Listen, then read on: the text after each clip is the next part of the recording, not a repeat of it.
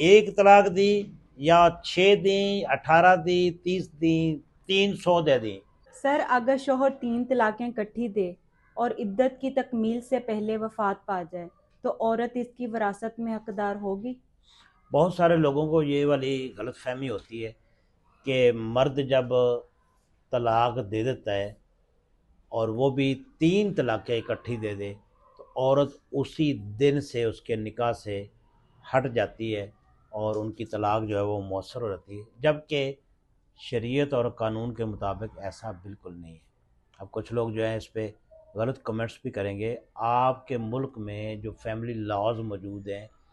ان کے مطابق ایک بندے نے بیوی کو طلاق دے دی، مثال کے طور پر 1 جنوری کو اس نے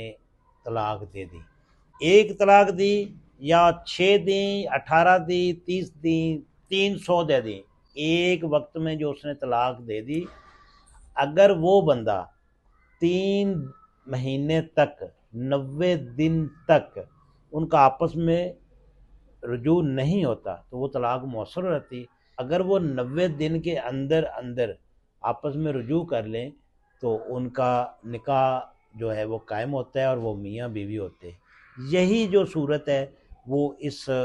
جو وفات والی بات ہو رہی ہے اس میں بھی وہی صورت رہے گی۔ ایک بندے نے اپنی بیوی کو طلاق دے دی، یعنی کہ 1 جنوری 2026 کو مثال کے طور پر اس نے طلاق دے دی، اور وہ طلاق 1 ہو 100 ہو، وہ ایک ہی کاؤنٹ ہوگی۔ اس کے 90 دن تک، اب وہ 90 دن میرے خیال میں 31 مارچ کو شاید پورے ہو جائیں گے، اس 31 مارچ سے پہلے 30 مارچ کو بندہ وفات پا گیا، وہ عورت جو ہے وہ اس کی بیوہ شمار ہوگی، اور اس میں اس کی جتنی بھی جائیداد ہے اس میں سے اس کو جو برابر کا حصہ اس کا ہے، جو اس کا حق بنتا ہے شریعت اور قانون کے مطابق، وہ اس کو پورا ملے گا۔ ہاں اگر وہ 90 دن پورے ہو گئے، چاہے وہ یونین کونسل سے سرٹیفکیٹ ملا ہے نہیں ملا، مؤثر ہوئی ہے یا نہیں ہوئی، اس کا پھر اس عورت کا حق نہیں ہے، کیونکہ وہ جو ڈاکومنٹ ہے وہ بعد میں یونین کونسل میں پیش کیا جائے گا اور اس کے مطابق اس پر کارروائی ہوگی، جس کے مطابق مطلب اس کے کیونکہ 90 دن پورے ہو گئے، طلاق وہ مؤثر ہی کاؤنٹ ہوگی، پھر اس عورت کو اس میں سے جائیداد میں سے کوئی حصہ نہیں ملے گا۔ یہ مذہبی اختلاف آپ کا ہو سکتا ہے میرے ساتھ، لیکن جو اس وقت پاکستان میں جو فیملی لاز ہیں اس کے مطابق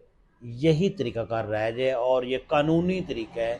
یہ کوئی میں اپنی طرف سے نہیں بتا رہا، اور بالکل یہ 100% درست ہے کہ اسی طرح ہی ہوگا۔ میرے خیال میں سمجھ آ گئی ہوگی۔ بہت شکریہ۔